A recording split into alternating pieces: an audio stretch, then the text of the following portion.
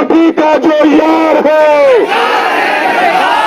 मोदी जी का जो यार है, अफसोस होता है, दिल से मैं कहता हूं। मेरे वालिद साहब आजाद साहब के बहुत करीब थे। एक बार नहीं 2 बार आजाद साहब को उन्होंने राज्यसभा पहुंचाया। लेकिन आज आजाद साहब की हालत देख के वाकई अफसोस होता है। बड़ी लड़ाई है ये, लाल सिंह और जतिंदर की लड़ाई नहीं है, ये हमारे तशद्दुद का मामला है, ये सियासत का मामला है। ये जो जुल्म इन्होंने 2019 से किया, उस जुल्म के खिलाफ लड़ाई है। इस मकसद से आए हैं, ये कोई छुपी हुई बात नहीं है। यहाँ पे 19 तारीख को वोट करने हैं। बानिहाल, खड़ी, चुनाववादी, उधमपुर के लोगों ने ये तय करना है कि उनका नुमाइंदा यहाँ से दिल्ली कौन होना चाहिए जो यहाँ के लोगों के जज्बातों की तर्जुमानी कर सके। और सीधा सीधा आपके सामने दो उम्मीदवार, दो तरह के सोच हैं। उम्मीदवार बेशक अलग हो सकते हैं, लेकिन जब आप इन उम्मीदवारों को तोलोगे तो एक तरफ से वो लोग जो कहने के लिए कहते हैं कि हम पार्टी बना रहे हैं, लेकिन उनका पार्टी मां से आज चुनाववादी में कहीं और उसका असर रसूख देखने को नहीं मिलता। मुझे अफसोस होता है, दिल से मैं कहता हूं। मेरे वालिद साहब आजाद साहब के बहुत करीब थे।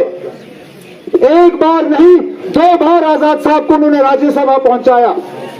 लेकिन आज आजाद साहब की हालत देख के वाकई अफसोस होता है, अफसोस होता है। दिल से मैं ये बात, मैं दिल से ये बात कह रहा हूं। मैंने उनके घर में खाने खाए हैं ना, उस बात का मुझे उनको एहसास नहीं है, मुझे तो एहसास है। कहां पे कांग्रेस में सबसे बड़े लीडरों में वो गिने जाते थे। हम तो कहते थे कि इंशाल्लाह कांग्रेस की हुकूमत आएगी, शायद ये मुल्क के नायब सदर या सदर बन सकते हैं। कांग्रेस ने उनको कौन सी कमी रखी थी? कौन सा ओहदा था जो उनको नहीं मिला था?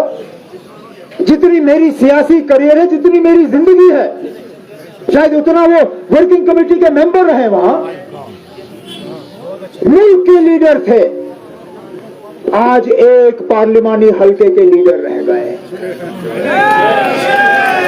एक पार्लिमानी हलके के लीडर रह गए। जनाब, जब कांग्रेस से निकले थे क्या कहा था?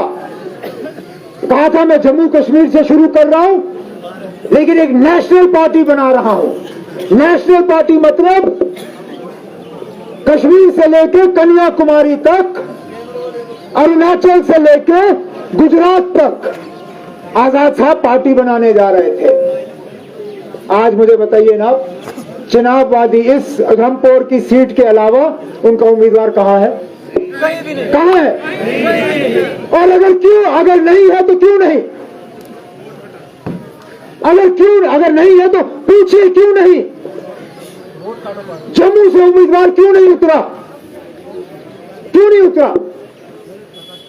क्योंकि वहां से मजबूरन उनको हिंदू कैंडिडेट उठाना पड़ता, बीजेपी का वोट कटता, नाराज हो जाते मोदी जी। अनंतनाग, जिस अनंतनाग की सीट के लिए खुद आजाद साहब की पार्टी ने उनके नाम का ऐलान किया था। एनाब पार्टी मैं भी चलाता हूं। आपको क्या लगता है बिना सदर से पूछे हुए कोई ऐलान हो सकता है? तो फिर आजाद साहब जब कहते हैं कि मेरे पार्टी वालों ने मुझसे पूछे बिना मेरा नाम का ऐलान किया, क्या हम इसको सच तस्लीम करें? सच तो यह है कि उन्होंने खुद कहा कि मैं लड़ूंगा, फिर हालात बदल गए। हमने मियां अल्ताफ साहब का नाम जो है मैदान में उतारा, टांगे हिल गई, बीजेपी का इशारा आया, हट गए पीछे।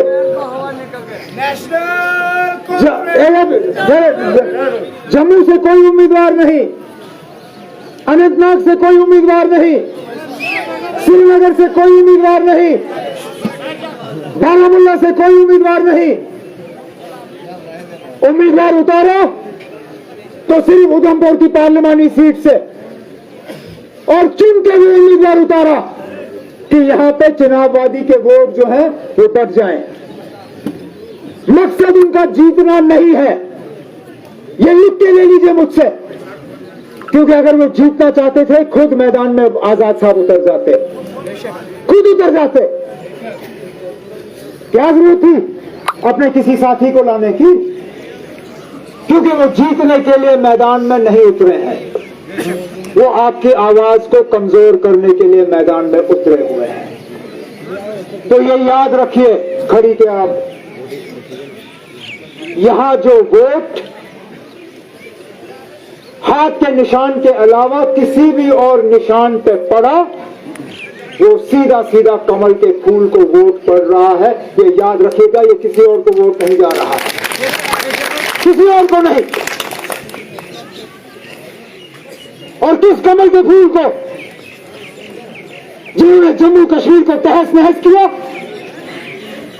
हमारे दो हिस्से किए, हमारी शनाख्त, हमारी पहचान, हमारी इज्जत, हमारा वजूद, सारा कुछ तहस नहस किया। अरे राम, इस जम्मू कश्मीर में अपनी जिंदगी में पहली बार मैंने देखा कि ईद के रोज पे सरकारी मुलाजमों को छुट्टी नहीं मिली।